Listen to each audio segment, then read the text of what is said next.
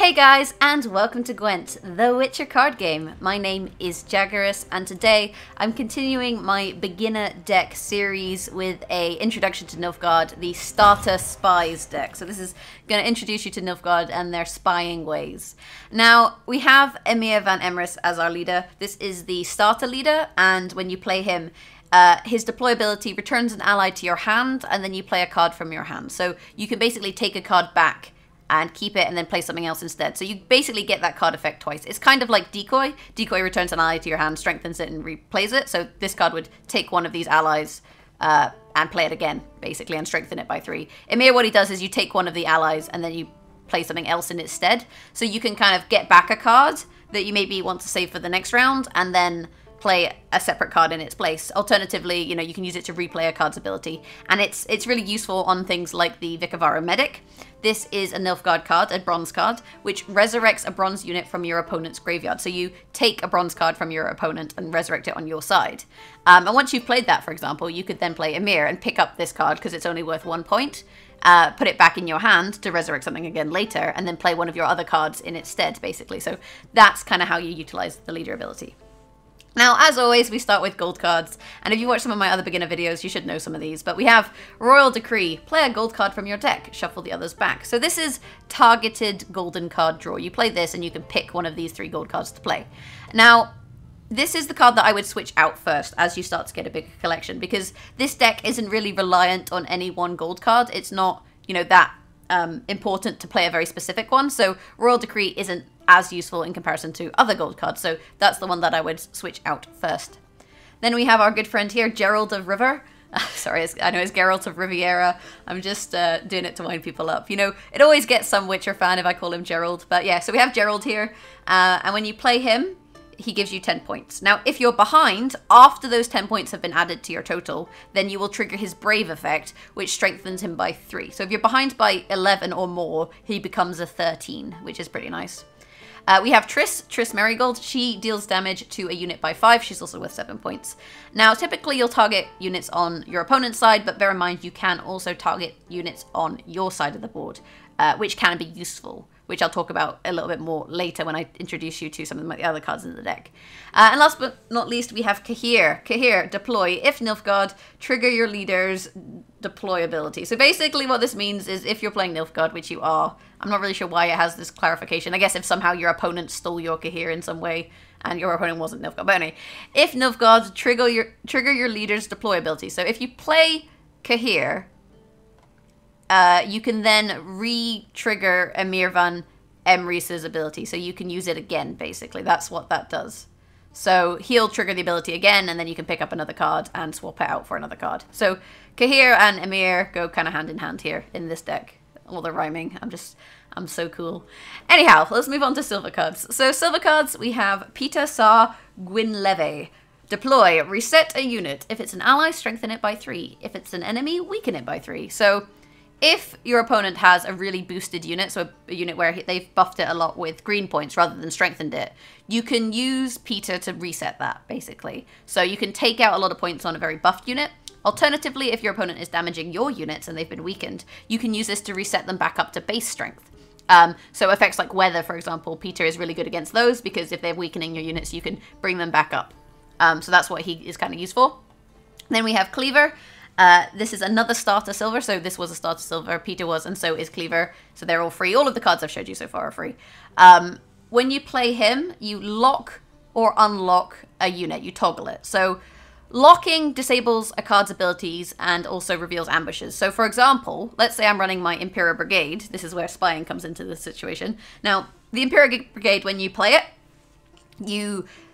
it boosts itself by 2 for each spying enemy. So the more spying enemies you have on the opponent's side, the more points the Impera Brigade gets. Then whenever you play another spying unit, it also gets boosted. So that's how the Impera Brigade works. But if it's locked by Cleaver, then that effect will not trigger when you play spying units. So you could use this to lock an opponent's unit if the effect is unhelpful, or you could unlock one of your units if your opponent has, say, locked your Impera Brigade and you don't want that to happen. So that's Cleaver. Next up, we have the one crafted silver card in this deck. So this isn't a starter silver. I've taken out Dudu. I don't really rate him. at all as a silver card, and I think he's the one you should switch out when you first start getting them. But Joachim de Vet, this is a spying card. So you can see there's this red eye. What that means is that it's played on your opponent's side of the board. So you can play this onto your opponent's side, and then when you play this, you play the top loyal unit, so not spying, so any of these units on the board that are loyal, from your deck, and you boost it by 10. So you play it and it gains 10 points. And this synergizes really nicely with the spying kind of synergies in this deck, and that's why I recommend this over Doo-Doo. So then we have Scorch. This is a free silver card. Destroy the highest units. So unit bracket S, if there's more than one unit that say has 10 points and 10 is the highest score, not including golds on the boards. Obviously this ignores golds, but if 10 is the highest score, then you burn up both of the 10s. If one of those 10s is on your side and one of the 10s is on your opponent's side, you burn both of them. If both of the 10s are on your side, you burn both of them. So bear in mind, if the strongest unit is on your side of the board, this will burn it. Like, it's a rite of passage in Gwent. Everyone burns their own units at some point. Everyone scorches themselves. I've done it. I'm sure you'll do it too. But at least in this situation, you now can't blame me because I told you so. Next up, we've got Commander's Horn. Boost 5 adjacent units by 4. So this, again, hits non-gold units. So we'll boost, if there's 5 units in a row like this, it would boost all 5 of them. Typically, you'll only hit 3+ units, but it's still worth, 12+ points there. It's a decent amount of points. And with some of the other cards in this deck, I'll explain how it could be more useful when we have when we go on to bronze cards. In fact, let's just explain it now because we've actually covered them. We also have Combat Engineer. Combat Engineer toggles a unit's resilience. So resilience means that a unit remains on the board at the end of the round and gets carried into the next round. So let's say you Joachim a unit and then it gains 10 strength. It's like, oh, I've got this buffed unit. Oh, but I've also got Commander's Horn. I'll just toot my horn and make that unit even stronger. So you've got this really strong unit. Yes, it's going to be a target for things like Scorch, but with Combat Engineer, you can toggle it so that it stays on the board going into the next round and you carry those points across. So that's why we have this card in the deck. But bear in mind, it's only useful in rounds 1 and 2 because in round 3, there's no round 4. So why would you want to make a unit resilient, basically? And this is another unit you can trigger with Emrys to, toggle a second unit and keep more than one unit going onto the board. So, as you know, we have our Impera Brigades, which get buffed when you play spying units, like Joachim. Our other spying units that we have down here, we have Emissary, deploy, draw 2 bronze units other than an Emissary. So it'll basically pick 2 bronze units from your deck, and you get to choose which one you play. You play one and you shuffle the other one back in. So you play 2 strength to the opponent, and you get to choose a bronze unit. But the thing is, like, that 2 strength to the opponent, considering if you have a Impera Brigade out, is going to boost him by 2, gets negated. If you have more than one Impera Brigade out, that 2 unit strength that you've given to your opponent is now worth even more. So, although you're giving your opponent points, you're ultimately gaining a lot more from it. So that's Emissary. And then the other spying unit you might not realize we have is, in here, the Rot Tosser. So the Rot Tosser is a 6 strength siege unit that spawns a cow carcass on your opponent's side. So you throw this cow carcass across at your opponent. And then, after 2 turns, at the end of the second turn, it will destroy the lowest strength units on that row. And then it will banish itself. So it basically makes it so you can't resurrect it. That's what banishing means. That's what it means when it says a card is doomed, that it cannot be resurrected. So this is a really nice synergy, and on top of that, it gives you a spying unit, which for 2 turns will then buff your Impera Brigades. And what's cool about this is you can throw a Rot Tosser across at your opponent, and then wait till it despawns before you play your next Impera Brigade, which means that your Impera Brigades won't all have the same amount of strength. And if your Impera Brigades don't all have exactly the same amount of strength, it means that they're less susceptible to cards like Scorch, which is going to remove very strong units. So I think that's more or less everything that we've covered. We covered Vic of our Medic. Yeah, oh, First Light. Here we go. So First Light, I always put a couple of these in my decks just to deal with weather. Having a couple of them in there is nice. So First Light spawns Clear Skies or Rally. Clear Skies triggers a weather on your side and then clears it. So you can use Clear Skies to remove weather effects from your side. However, if you're up against an opponent that doesn't have weather and you draw this card, then you can play Rally. And Rally, you play a random bronze unit from your deck. So instead of clearing weather, you get to play a random bronze unit. So it's still useful. It just substitutes a bronze unit, basically. And then if there's weather, then you deal with the weather. But that's kind of it with our starter spy deck. Like I say, Royal Decree is kind of worth shifting out, whenever you can.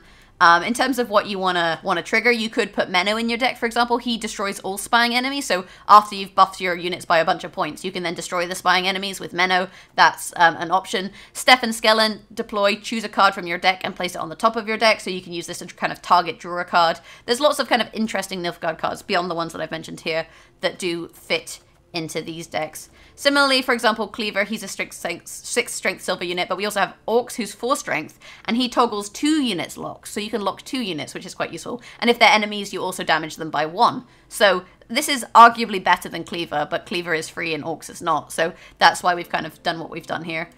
Similarly, you know, Cantarella, you can play her. This is a 10 strength spying unit, but it lets you draw a card, so it gives you card advantage. So these are the kind of cards you can start thinking about, you know, slotting into your spying deck as you start to progress in the game. Anyway, without further ado, I'm going to jump into a game. But don't forget, if you do enjoy this deck or find this guide helpful, then hit that thumbs up button. Any last words? There is but one punishment for traitors. Okay, so we're up against Eredin and monsters, and that means we definitely want to keep hold of any first lights that we have in our starting hand. Unfortunately for us, we've not got any, so we're going to be looking for them. In terms of the mulligan here, we have both of our combat engineers. We don't necessarily need both of them because we can always Emir to find a second one, so that's worth being aware of. We have Royal Decree, but no other gold cards. If you have all of your gold cards and Royal Decree, you should mulligan one of your gold cards because you can always target draw it again with Royal Decree. So we'll get rid of a combat engineer. There's a first light, which is very useful. We have Emissary, Rot Tosser, Impera Brigade, Joachim, Cleaver, Peter. Peter's okay against weather. I'm thinking what we might do is mulligan our decoy because of our leader ability. I feel like we can kind of get away with not having this. And I'm just looking for things that, you know, are a bit more useful. Vic of Medic isn't really useful until future rounds, for example, so we'll mulligan this because there's nothing to resurrect in the first round until we've killed something. We got Commander's Horn, which is not bad. All in all, this hand is okay. We could have done with a few more golds, but it's not the end of the world. We do have our Impera Brigade, so we can get that out, and then we can start playing our spies and doing things like that. So that's pretty good. So this is really annoying because the Impera Brigade gets placed straight onto that Frost row. So if we start buffing it, it's not actually going to be buffed, which is kind of annoying. Saying that, we can, you know, first light and remove the weather. That's an option.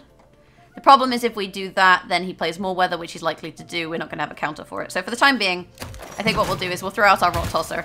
Now, this has a 2-turn counter, so in 2 turns, this will destroy the Wild Hunt Hound. And if we play the Impera Brigade in this row, it'll get buffed because the Cow Carcass exists. And we can always remove the Frost, you know, at a later date. I'm just giving him a bit more time to play a bit more weather, because the more weather that he plays, the better it's going to be for us.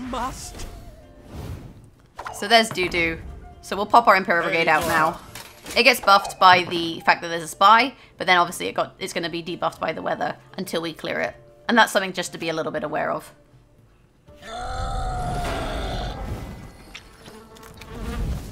So there you can see the Cow Carcass in action. We're going to pop the Clear Skies now. I'm hoping that he doesn't have too much weather in hand, though, because we're against monsters. I kind of expect more weather. Like, he's likely to play more weather. But we'll see what happens. What are you going to do? See, he's not too sure. He's not too sure. Stamor for Tremor. So that was weird. He just decided to do like 2 damage to each card there. What I'm going to do here, I think, is play Emissary. So we get a choice.